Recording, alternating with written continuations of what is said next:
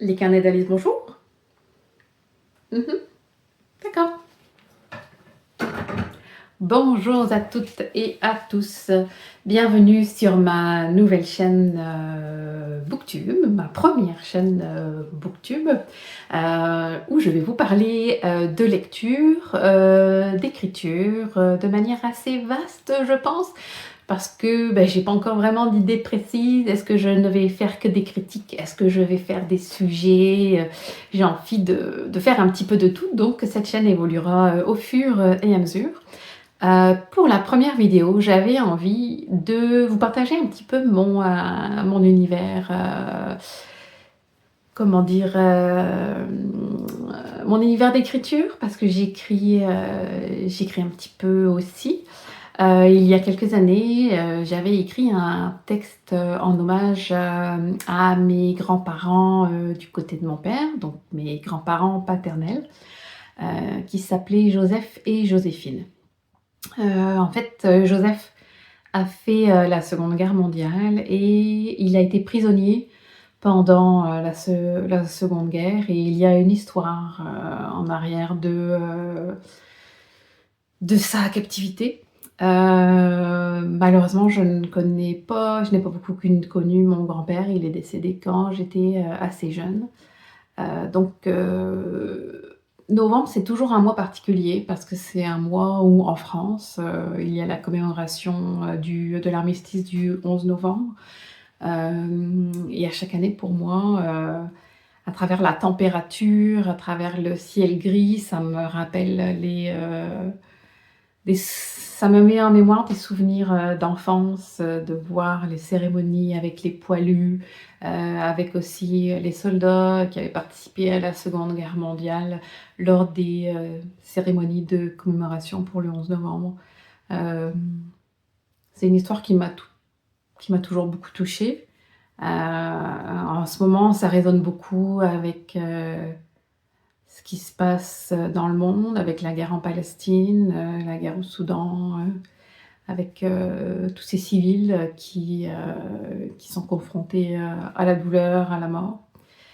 Et c'est ça, novembre, à chaque fois, c'est un mois vraiment particulier pour moi parce que c'est un mois qui me fait penser beaucoup à ma région natale, le nord de la France. Et je ne vis plus en France, je vis au Québec depuis 2005. C'est ça, 2005. Et le mois de novembre, c'est toujours un mois, je dirais pas difficile, mais un peu émotif à cause de la température. Ce que je veux dire, c'est pas nécessairement la température, mais la couleur du ciel, le ciel gris. Vous savez, là, dans le ciel gris de l'automne, vraiment gris, gris, gris, qui nous fait un petit peu déprimer, tout d'un coup, vous avez une petite éclaircie, un petit flash de lumière qui apparaît et qui rend le monde magnifique dans ses demi-teintes. Et ça fait toujours écho pour moi à ma France natale, à mon nord natal. Et il y a certaines odeurs aussi parfois qui remontent de la terre qui me rappellent tout ça. Et inexplicablement, c'est un mois aussi auquel du coup je pense beaucoup à ma famille, à mes grands-parents, surtout Joseph et Joséphine. Et à chaque 11 novembre, je pense naturellement à Joseph et Joséphine. Donc voilà, il y a quelques années, j'avais écrit un petit texte que je vais vous lire parce que je ne le connais pas par cœur. Novembre.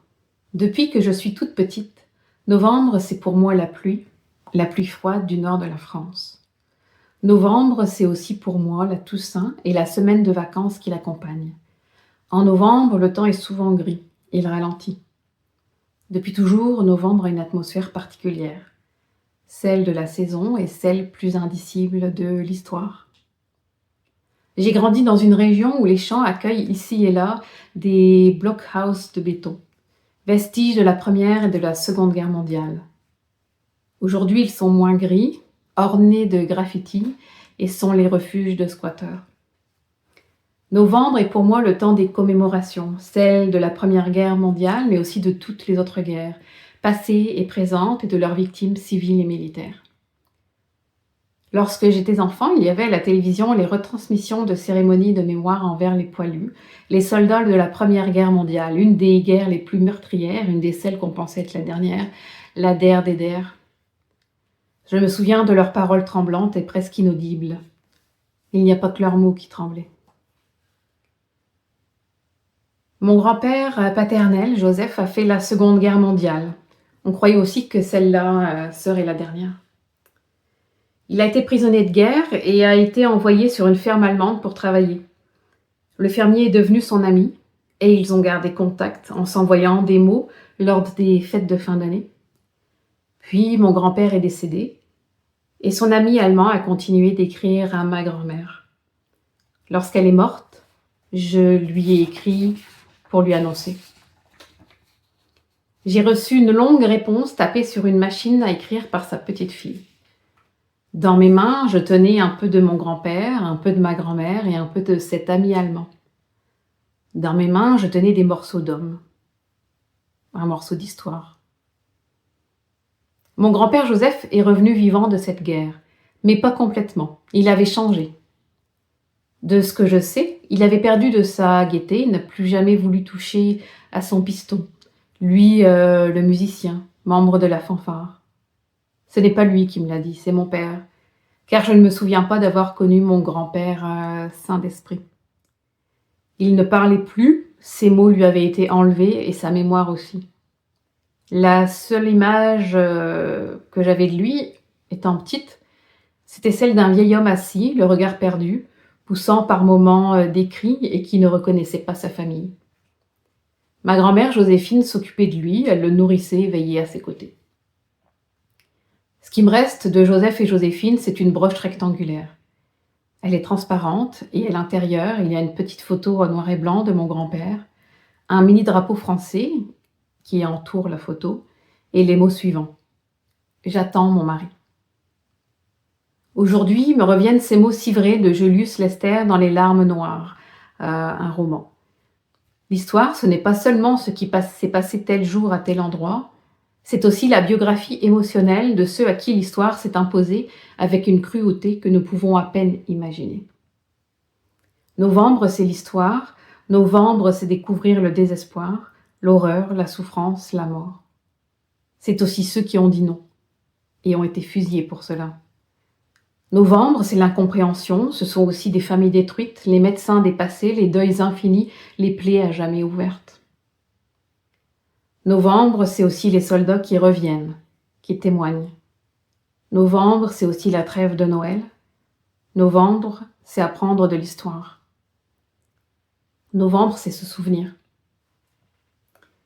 Je porte en moi Joseph et Joséphine. Je porte en moi l'ami allemand et les blocos de mon nord natal. Je porte en moi des histoires. En novembre, les éclaircies existent aussi parce qu'il y a eu Joseph, Joséphine et l'ami allemand. Et qu'il y en aura d'autres. Les morts ne mourront pas une deuxième fois. Alors voilà, c'est un petit texte que j'avais écrit il y a quelques années en hommage à mes grands-parents. Dans ce texte, je vous parle d'une petite broche que ma grand-mère portait pendant la Seconde Guerre mondiale. C'est cette broche-ci. Voilà, je ne sais pas si vous allez bien la voir, comme ça. Voilà, donc ça c'est un objet que je trouve très émouvant parce qu'il représente vraiment, pas parce qu'il représente, bien sûr parce qu'il représente l'histoire de mes grands-parents, mais parce que c'est un morceau d'une petite histoire dans ce qu'on appelle la grande histoire. C'est un morceau d'humanité, c'est un morceau du quotidien à l'époque et je trouve que c'est vraiment fort comme objet. Puis c'est une broche que je chéris et que je souhaite garder auprès de moi le plus longtemps possible, jusqu'à ma mort. Mais voilà, c'est un morceau d'histoire qui est très important pour moi. Et je peux vous montrer aussi, la plaque, d'identification de mon grand-père, lorsqu'il était, prisonnier de guerre. Alors il est passé par 2 stalags. Je sais qu'il y a eu un stalag, en tout cas je ne sais plus, je vais faire apparaître sa fiche de prisonnier. Il y avait le stalag 5K ou 4K et ensuite il a été envoyé au stalag, 6, 6C.